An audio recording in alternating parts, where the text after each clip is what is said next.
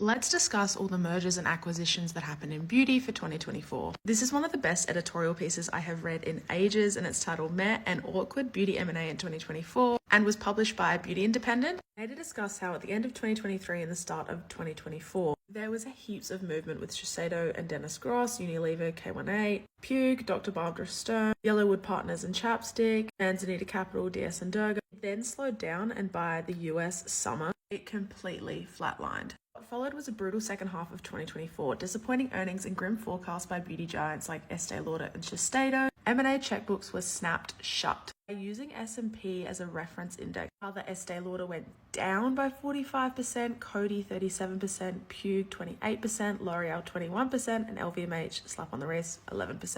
There was a lot of talking around mergers and acquisitions in beauty, like Makeup by Mario, and a lot of talk around the sale of Rare Beauty, but nothing ever came into fruition. There was some action, like I made a video on Tangle Teezer selling last week for $210 million, but under $250 million is seen as modest. There were no major mergers or acquisitions in the latter half of 2024, and after the huge start to the year, it was pretty anticlimactic. One CFO after another delivered the same grim script. China's struggling, travel retail is a free-for-all, Europe remains sluggish, and US consumers are demanding more value due to inflation and 50 other factors. Margins are hurting, sales are stalling, and EBITDA is getting squeezed. Nader closes out with three suggestions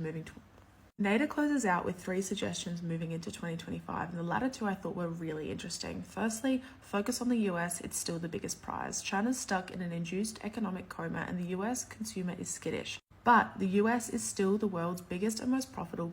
As for India or other emerging markets, unless you are strategic with deep pockets and a 20-year planning horizon, forget about it. This is so interesting to hear because it has really felt like beauty brands are expanding into new markets, kind of on a whim, not necessarily emerging markets like India, but a really obvious one that a lot of US-based brands do is open up in the UK, and the British experience is never built out the same as the American one.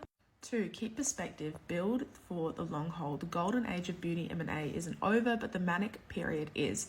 Cheap money, hypergrowth in China, and frenzied D2C demand are gone. This is so interesting because obviously the beauty has been obsessed with China for the better part of the last 5 years. And I wonder if we'll see that slowly die out the same way we saw D2C.